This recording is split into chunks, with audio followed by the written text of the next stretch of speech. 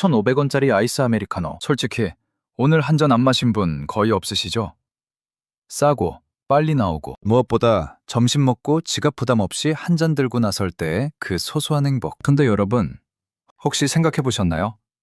우리가 무심코 결제하는 그 1,500원짜리 플라스틱 컵 뒤에서 무려 1조 원 단위의 거대한 머니 게임이 실시간으로 돌아가고 있다는 사실 말입니다. 길거리만 나가보세요. 메가커피, 컴포즈 커피, 메머드 커피. 이제는 노란 간판 삼총사가 없는 골목을 찾는 게 더 힘든 세상입니다. 겉으로 보면 열심히 일하는 사장님이 주인입니다 라는 따뜻한 감성이 느껴지죠.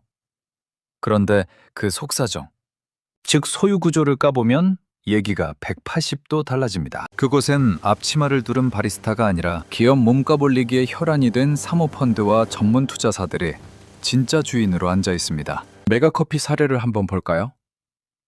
1,000억 원대에 인수된 뒤 불과 몇 년 만에 매출은 수배로 뛰었고 투자금의 2배 가까이를 이미 회수했다는 소식이 들려옵니다. 이른바 성공적인 엑시트 게임의 교과서로 불리죠. 우리가 와, 1,500원인데 맛도 괜찮네?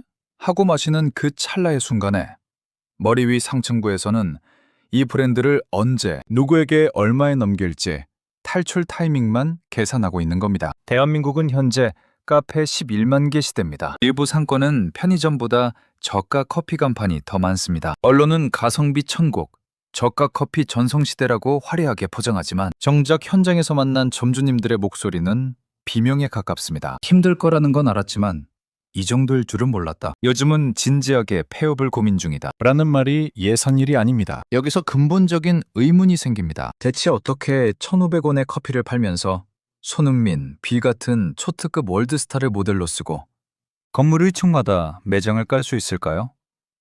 상식적으로 말이 안 되죠. 그래서 저희가 간판 뒤 등기부 등본을 슬쩍 들여다봤습니다. 결과는 명확했습니다. 수많은 노란 간판 뒤에는 이름도 생소한 사모펀드들이 빼곡히 적혀 있었습니다. 이 사람들은 커피가 좋아서 들어온 게 아닙니다. 그들에게 저가 커피는 매일 현금이 찍히는 현금 채권 그 자체입니다. 경기 안 좋아도 커피 한 잔은 안 줄이는 한국인의 습성을 정확히 파고든 거죠. 우리가 마시는 건 커피지만 그들은 그 컵을 이용해 몸값 불리기 게임을 돌리고 있습니다. 이제 그 노란 간판 뒤에서 실제로 어떤 돈이 오가는지 그 미스터리한 주인의 정체를 해부해 보겠습니다. 제2장. 사장님은 바뀌어도 자본은 그대로. 이제 간판에 적힌 이름 말고 진짜 주인의 등기부 등본을 한번 같이 훑어보겠습니다. 메가커피. 겉으로는 그냥 우리 동네 흔한 저가 카페처럼 보이죠? 하지만 소유 구조의 끝을 따라가면 프리미어 파트너스 같은 사모펀드 이름이 툭 튀어나옵니다. 컴포즈 커피는 더 드라마틱합니다. 필리핀의 외식 공룡인 졸리비 푸드와 사모펀드 컨소시엄이 무려 4,700억 원을 들여 통째로 가져갔습니다. 메머드 커피 역시 1,000억 원 안팎의 몸값으로 사모펀드에 팔리며 1,000원짜리 아메리카노로 1,000억 엑시트 잭팟이라는 자극적인 뉴스 헤드라인을 장식했습니다. 여기까지 들으면 감이 오시죠? 매장의 정주님은 바뀌어도 그 위에 앉아 판을 흔드는 자본의 얼굴은 늘 비슷합니다. 이른바 몸값 올리기 선수들이 브랜드만 갈아타면서 계속해서 판을 굴리는 구조인 겁니다. 자, 그럼 이 사모펀드 형님들은 왜 굳이 저가 커피에 꽂혔을까요? 답은 아주 단순합니다. 한국 사람들은 웬만하면 밥값은 줄여도 카페인 섭취는 포기 못합니다. 경기가 바닥을 쳐도 오늘 점심은 편의점 도시락 먹고 커피는 마시자는 모드로 가는 나라거든요. 사모펀드 눈에 저가 커피 매장은 이렇게 보입니다. 가격은 싸지만 매일 확실한 현금이 찍히는 우량주다. 출근길, 점심시간, 퇴근길마다 사람들이 줄을 서서 알아서 1,500원씩 꽂아주는 구조. 이 정도면 꼬박꼬박 이자가 들어오는 금융상품보다 훨씬 매력적이죠. 그래서 그들은 커피를 음료로 보지 않습니다. 철저하게 구조화된 머니게임 판으로 봅니다. 사모자본이 유입된 뒤 브랜드의 외형은 광기 어린 속도로 커집니다. 인수 후 불과 몇 년 만에 매출과 영업이익을 수배로 키우고 기업가치 1조 원의 유니콘급 브랜드로 포장됩니다. 언론 기사에는 M&A 한파 뚫은 잭팟, 한국 1위 브랜드의 위험 같은 찬사가 쏟아집니다. 하지만 이 화려한 숫자 쇼케이스 이면에는 아주 다른 말이 흐르고 있습니다. 점포는 미친 듯이 늘어났는데 왜 내 통장 잔고는 그대로인가? 라는 점주님들의 절규입니다. 겉으로 웃고 있는 건 본사와 투자자들 뿐입니다. 사모펀드 형님들이 들어온 뒤에 브랜드 몸값은 도대체 어떻게 그렇게 빨리 불어나는 걸까요? 그리고 그 과정에서 점주들은 어떤 역할을 강요받고 있는 걸까요? 이제 그들이 설계한 몸값 올리기 공식을 차트와 숫자로 낱낱이 해부해 보겠습니다. 제3장 사모펀드의 공식 몸값 불리기 게임. 자, 이제부터는 진짜로 사모펀드 형님들이 게임을 운영하는 룰을 까보겠습니다. 그들의 목표는 오직 하나입니다. 싸게 사서 덩치를 키우고 비싸게 팔고 나가는 것. 전문용어로 엑시트라고 하죠. 이 게임의 룰은 생각보다 아주 단순하고 무식합니다. 1단계. 점포를 가능한 한 빨리 전국 방방곡곡에 깔아버립니다. 2단계. 새로 생기는 매장들로부터 가맹비, 인테리어비, 교육비를 땡깁니다. 거기서 멈추지 않고 원두, 우유, 시럽, 심지어 디저트 재료까지 본사가 지정한 루트로만 공급받게 해서 물류 마진을 매일매일 뽑아냅니다. 3단계. 이렇게 억지로 부풀린 매출과 이익, 그래프를 들고 가서 우리는 이만큼 성장성이 높습니다 라고 포장해 더 큰 자본에 넘기는 겁니다. 실제로 메가커피 숫자를 한번 찍어볼까요? 인수 이후 몇 년 사이에 가맹점 수가 폭발적으로 늘어나면서 연 매출은 수천억 원, 영업이익도 2배 이상 수직 상승했습니다. 투자자들은 이 아름다운 성장 스토리를 앞세워 배당금과 지분 매각을 통해 이미 투자금의 2배 가까운 수익을 회수했습니다. 지금 메가커피의 몸값이 1조 원, 언저리까지 거론되는 건 그들이 이 몸값 불리기 교과서를 완벽하게 실천했기 때문입니다. 여기서 핵심은 결국 가맹점입니다. 새 점포 하나 열 때마다 가맹비와 인테리어비로 목돈을 챙기고 그 뒤로는 매장 운영에 필수적인 모든 재료를 공급하며 유통마진을 챙깁니다. 이게 본사 재무제표에는 안정적인 현금 흐름이라는 아주 예쁜 이름으로 기록됩니다. 그래프만 보면 예술 그 자체입니다. 매출, 영업이익, 가맹점 수가 모두 오른쪽 위를 향해 직선으로 뻗어 있으니까요. 이 타이밍에 사모펀드 형님들이 하는 행동은 늘 똑같습니다. 자, 이제 최고점이다. 이제 팔자. 몸값이 최대치를 찍었을 때 조용히 엑시트 버튼을 누릅니다. 컴포즈 커피가 4,700억 원에 넘어가고 메머드 커피가 잭팟을 터트린 시나리오가 다 이 설계도 안에 있습니다. 여기까지 들으면 돈 잘 벌고 판 잘 쪘는데 뭐가 문제냐? 라고 하실 수도 있습니다. 하지만 이 예쁜 그래프가 위로 치솟는 동안 조용히 바닥을 치는 숫자가 있습니다. 바로 우리 동네 점주님들의 통장 잔고입니다. 이 화려한 게임의 대가를 누가 치르고 있는지 노란 간판 때문에 죽겠다고 말하는 현장의 실태를 파헤쳐 보겠습니다. 제4장 화려한 성장 뒤에 깔린 점주들의 치킨 게임. 숫자 그래프만 보면 세상에 이런 블루오션이 없어 보이죠? 하지만 그 그래프가 올라가는 속도만큼 우리 골목 상권은 처참하게 갈려나가고 있습니다. 요즘 거리 한번 유심히 보세요. 내가 수천만 원 들여 겨우 자리 잡은 매장 바로 옆 건물. 심지어 같은 건물 1층에 똑같은 노란 간판이 또 달립니다. 본사에 항의하면 돌아오는 대답은 늘 똑같습니다. 서류상 거리 제한은 지켰습니다. 직선거리만 따지면 규정 위반이 아닐지 몰라도 실제로는 횡단보도 하나, 골목 하나를 사이에 두고 같은 브랜드끼리 피 튀기는 정면 충돌을 시킵니다. 심한 곳은 도보 1분 거리에 같은 브랜드 매장이 2~3개씩 붙어있는 상고도 있습니다. 소비자 입장에서는 솔직히 좋습니다. 어딜 가도 싸고 줄 짧은 데 가면 되니까요. 하지만 사장님 입장은 절망 그 자체입니다. 내가 피땀 흘려 상권 키워놨더니 본사가 내 코앞에 또 깃발을 꽂네? 하는 상황인 거죠. 현장에서는 옆집이랑 100원 떼기 경쟁하다 남은 건 빚뿐이다 라는 말이 나옵니다. 손님 안 뺏기려고 가격 깎고 적립해주고 쿠폰 뿌리는데 원두랑 우유 가격은 본사가 정해준 대로 사야 하니 절대 안 내려갑니다. 임대료와 인건비는 계속 오르죠. 결국 손님은 늘어도 통장 잔고는 비어가는 기괴한 장사가 반복됩니다. 뉴스에서는 노란 간판의 비극이라며 가게를 넘기거나 폐업하는 사례가 늘고 있다는 보도가 쏟아집니다. 어떤 점주는 망해서 나가고 그 자리에 또 다른 희망을 품은 점주가 들어오는 이른바 회전문 구조입니다. 하지만 이 판이 이렇게 비극적으로 돌아가는 동안에도 조용히 돈 되는 숫자만 골라 챙기는 사람들이 있습니다. 점포가 버티든 망하든 본사는 이미 가맹비와 인테리어비 그리고 원재료 마진으로 뽑아낼 걸 다 뽑아놓은 상태거든요. 사모펀드의 계산기에는 점주의 생계가 아니라 매장 총수라는 숫자만 중요할 뿐입니다. 그렇다면 이 힘든 장사에서 쥐어짠 이익은 결국 어디로 흘러가는 걸까요? 이 판의 가장 추악한 키워드, 배당잔치의 실체를 공개합니다. 제5장 돈은 쓸어 담는데 재투자는 안 보인다. 자, 이제 진짜 핵심적인 질문을 던져야 할 때입니다. 점주들이 잠 못 자고 번 돈, 도대체 어디로 사라지는 걸까요?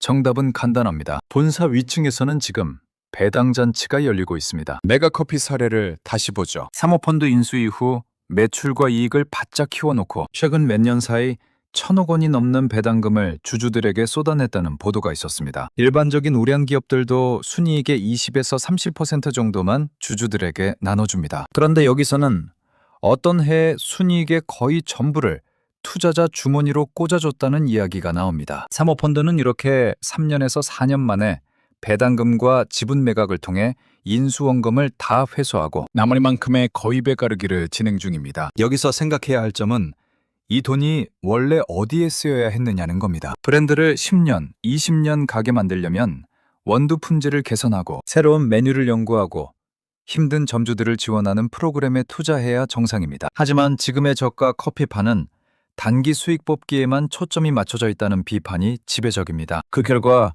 커피 한 잔 팔아 점주 손에 남는 마진은 종이장처럼 얇아지고 있습니다. 본사가 이럴 때 점주들에게 던지는 해결책은 더 기가 막힙니다. 사장님, 이제 커피만 팔아서는 답 안 나옵니다. 디저트 파셔야죠. 이 한마디에 매장은 바로 디저트 지옥으로 변합니다. 여기서부터는 숫자보다 훨씬 더 처절한 현장의 이야기가 펼쳐집니다. 커피는 기계가 내리지만 디저트는 사람이 굽습니다. 알바생들이 왜 진짜 갈려나가는 건 우리 몸이다 라고 말하는지 제6장. 월급은 그대로인데 디저트만 늘어나는 디저트 지옥. 이제 진짜 현장 얘기를 해보죠. 커피 내리는 건 사실 쉽습니다. 얼음 넣고 버튼 누르면 30초면 한 잔이 뚝딱 나옵니다. 그런데 본사가 매출 올리려면 디저트 필수입니다 라고 공지를 띄우는 순간 평화롭던 매장은 디저트 공장으로 탈바꿈합니다. 요즘 저가 커피 카운터 메뉴판 한번 유심히 보세요. 쿠키, 머핀은 기본이고 붕어빵, 와플, 라면 땅에 떡볶이까지 없는 게 없습니다. 본사 입장에서는 이게 최고의 수익 모델입니다. 냉동 생지, 소스, 전용 포장재를 가맹점에 강제로 밀어넣으면서 커피보다 훨씬 짭짤한 마진을 챙길 수 있거든요. 점주는 커피 마진이 안 남으니 이거라도 구워야겠다는 압박에 시달리며 오븐 앞에 섭니다. 문제는 이게 사람을 엄청나게 갈아넣는 구조라는 겁니다. 점심 피크 시간에 손님이 몰려와서 아메리카노 5잔에 와플 3개, 라면 땅 2개요 라고 주문하면 주방은 그야말로 패닉입니다. 커피는 30초면 되는데 디저트는 굽고 포장하는 데만 최소 5분에서 10분이 녹아내립니다. 뒤에 줄 서 있는 손님들의 눈총을 받으며 좁은 주방에서 알바생과 사장님은 서로 부딪히고 땀을 흘립니다. 알바 후기에 커피값이 싼 게 아니라 내 수면값이 싼 거다 라는 말이 올라오는 이유입니다. 여기에 화려한 스타 마케팅이 정점을 찍습니다. 손흥민, 비 같은 월드스타가 웃으며 커피를 권하죠. 2,000원짜리 커피 팔아서 저 모델료를 감당한다고? 싶으시죠? 맞습니다. 그 수십억 원의 광고비, 본사가 전액 기부하는 게 아닙니다. 가맹점 마케팅 분담금, 물류비에 살짝 얹은 비용 등 어떤 식으로든 점주들이 나눠내는 구조라는 비판이 끊이지 않습니다. 결국 본사는 스타의 얼굴로 브랜드 가치를 올려서 엑시트, 몸값을 올리고 그 비용의 상당 부분은 디저트 굽느라 손이 부르튼 점주들이 대신 지불하는 꼴입니다. 겉으로는 모두가 한 식구라고 하지만 위에서는 머니게임을 하고 아래서는 사람이 갈려나가는 게 지금의 현실입니다. 이제 이 게임이 끝나는 순간 그 뒤에 누가 남겨지는지 냉정하게 바라보겠습니다. 제7장 엑시트 버튼 한 번에 누가 남는가? 사모펀드 게임의 엔딩은 늘 약속이라도 한 듯 똑같습니다. 몸값을 최대한 뻥튀기 해놓고 지금이 제일 비싸다 싶을 때 조용히 엑시트 버튼을 누르고 떠납니다. 메가커피의 투자자들은 예쁜 그래프를 완성한 뒤 배당과 매각을 통해 막대한 수익을 챙기고 퇴장할 준비를 마쳤습니다. 컴포즈 커피 역시 4,700억 원이라는 경이로운 숫자를 남기고 해외 자본의 품에 안겼죠. 언론 기사만 보면 축제 분위기입니다. 한국 커피의 글로벌 진출, M&A 시장의 잭팟. 위층의 투자자들은 수백억, 수천억의 차익을 계산하며 샴페인을 터뜨립니다. 하지만 카메라 앵글을 조금만 아래로 내려보면 축제의 불꽃이 꺼진 뒤에 씁쓸한 표정들이 보입니다. 바로 퇴직금과 대출금을 쏟아부어 점포 하나를 지켜온 우리 동네 점주님들입니다. 이미 상권은 포화 상태고 새로운 주인은 자기가 들인 돈을 회수하기 위해 점주들을 더 강하게 압박할지도 모릅니다. 본사가 우리는 성공적으로 매각했습니다 라고 손을 떼는 순간 남겨진 리스크는 오롯이 현장의 점주와 직원들 몫이 됩니다. 이게 바로 거위의 배를 가르는 게임의 잔인한 결말입니다. 거위는 이미 만신창이가 되었는데 황금알은 이미 다른 주머니로 옮겨진 상태인 거죠. 전문가들은 입을 모아 경고합니다. 단기 숫자에만 목매는 이런 방식의 성장은 결국 브랜드 전체의 신뢰도를 무너뜨릴 거라고 말이죠. 점포 수만 늘리는 전략은 금방 한계에 부딪히고 점주의 수익성이 박살나면 매장 서비스의 질도 떨어질 수밖에 없습니다. 결국 소비자도 떠나고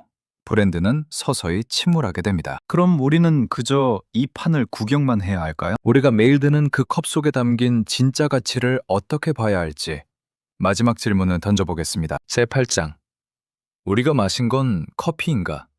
누군가의 눈물인가? 다시 2,000원짜리 커피 한 잔으로 돌아가 봅시다. 누군가에게는 잠을 깨워주는 카페인이고 누군가에게는 하루를 버텨내는 생계의 수단이며 또 누군가에게는 수천억 원의 차익을 안겨주는 금융상품입니다. 자본이 시장에 들어와 파이를 키우는 것 자체를 무조건 나쁘게 볼 필요는 없습니다. 하지만 우리가 질문해야 할 건 하나입니다. 이 성장의 비용을 누가 대신 치르고 있느냐는 겁니다. 지금 저가 커피 전성 시대의 화려한 숫자 뒤에는 팔수록 적자다. 사람을 더 쓸 수도 없다며 울분을 토하는 점주님들과 산더미 같은 디저트 주문에 영혼까지 갈아 넣는 알바생들이 서 있습니다. 이 브랜드들이 진짜 롱런할 수 있을지 결정하는 건 마케팅이 아닙니다. 본사가 벌어들인 그 엄청난 수익을 투자자들끼리만 나눠 가질 것인지 아니면 최소한 점주들이 상생할 수 있는 구조로 재투자할 것인지에 달려 있습니다. 우리가 마시는 건 과연 향긋한 커피일까요? 아니면 누군가의 절박한 생계가 녹아든 눈물일까요? 본사와 점주가 함께 웃지 못하는 브랜드는 결국 소비자의 외면을 받게 될 것입니다. 자본의 논리가 사람의 생계를 짓밟지 않도록 우리는 끊임없이 질문하고 감시해야 합니다. 오늘 여러분이 마신 그 한 잔의 의미를 다시 한번 생각해 보셨으면 좋겠습니다. 여러분의 생각은 어떠신가요? 여러분이 자주 가는 브랜드의 점주님들은 행복해 보이시나요? 오늘 대본이 공감되셨다면 댓글로 자유롭게 의견 남겨주세요. 이런 날카로운 경제 이야기 계속해서 듣고 싶으시다면 구독과 좋아요, 알림 설정 부탁드립니다. 충격 경제학은 앞으로도 간판 뒤의 진실을 끝까지 추적하겠습니다. 끝까지 시청해 주셔서 감사합니다.